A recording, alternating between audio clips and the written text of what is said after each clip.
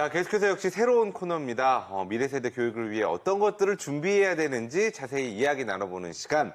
넥스트 에듀 나우 시간인데요. 매주 수요일 다양한 분야의 전문가들 모시고 이야기 나눠보도록 하겠습니다. 네, 그래서 오늘은 부모 교육에 관해서 이야기 나눠볼 텐데요. 네. 우송정보대학교 사회복지학과 김영란 교수님 나오셨습니다. 어서 오세요.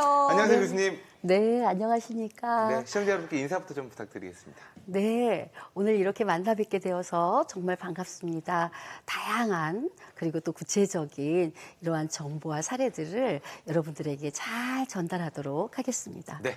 오늘 첫 번째 순서는 이제 부모 교육이라는 주제로 좀 이야기를 나눠볼 텐데, 이게 저도 이제 자녀가 있거든요, 집에.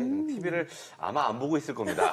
예. 안 보고 있을 건데, 이 부모 교육이 예전에 비해는 그래도 많이 이제 그 필요성을 느끼시는 것 같아요. 이제 그렇죠. 본격적인 얘기 중에 부모 교육이 뭔지부터 좀 설명해 주시면 좋을 것 같습니다. 네, 부모는 네. 최초에 우리 아이들과 맺는 인간관계라고 할 수 있습니다.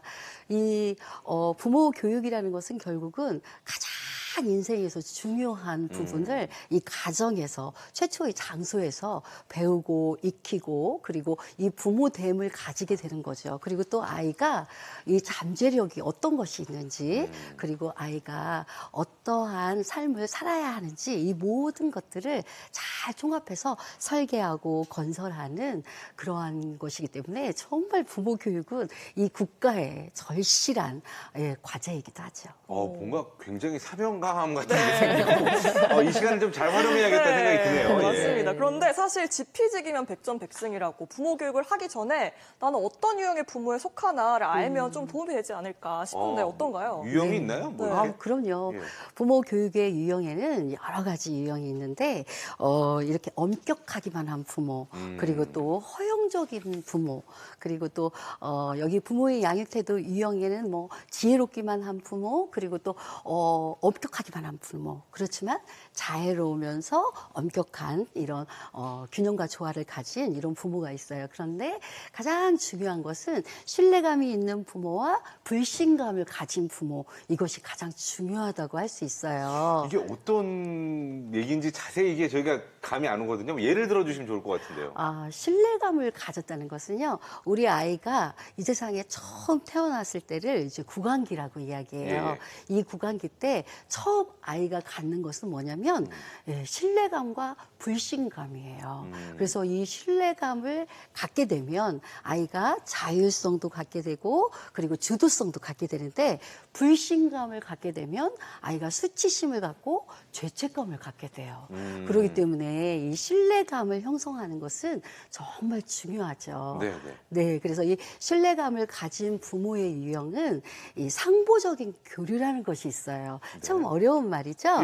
네, 이 상보적인 교류라는 것은 무엇이냐면 자극과 반응 사이에 내가 예측 가능한 이야기를 부모가 들려주는 거예요. 그러니까 이 부모하고 자녀 간에 서로 상응이 되는 이런 관계를 상보적인 교류라고 해요. 예를 한번 들어주신다면요. 네. 간단하게. 이제 교차적 교류라는 게 있어요. 이 교차적인 교류라는 것은 무엇이냐면, 이제 아이가 그러는 거예요. 엄마, 국맛이 왜 이래?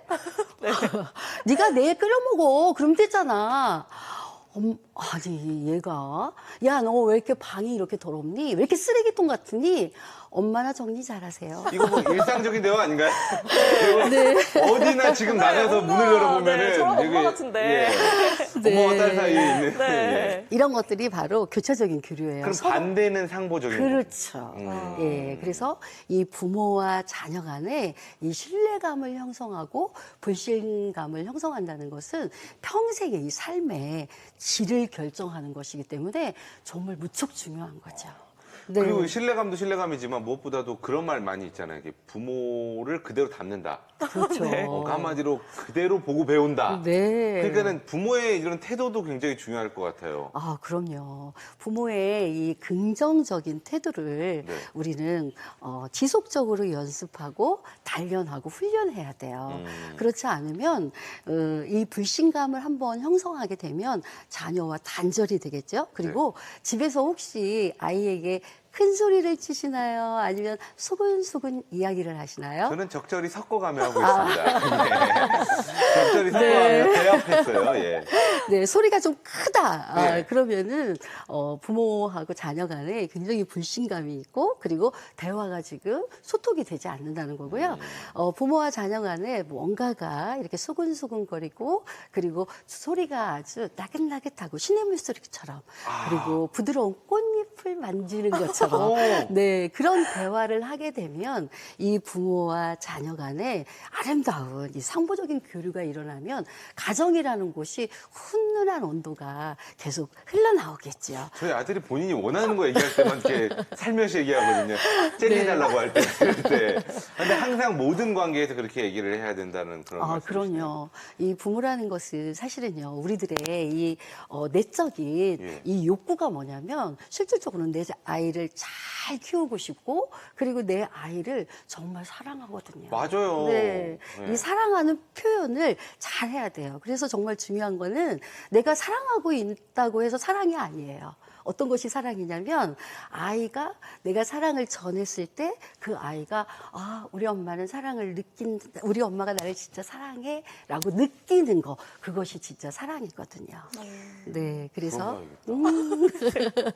네, 그래서 저는 이제 이 긍정적인 삶의 태도가 무엇인지 말을 하자면 그거예요. 긍정적인 태도란 어떠한 상황에서도 가장 희망적인 생각, 말, 행동을 선택하는 마음가짐이에요. 이 긍정적인 삶의 태도를 갖게 되면 기쁨이라는 이 성품을 갖게 돼요. 성품이라는 것은 생각, 감정, 행동의 총체적인 표현이 성격, 성품이 되는 거거든요. 그래서 기쁨이라는 성품을 갖게 돼요. 그러면 이 기쁨이라는 것은 어려운 상황이나 형편 속에서도 불평하지 않고 즐거운 마음을 유지하는 태도를 갖게 돼요. 혹시 교수님께서도 네. 이제 자녀분이 혹시 있으신가요? 네.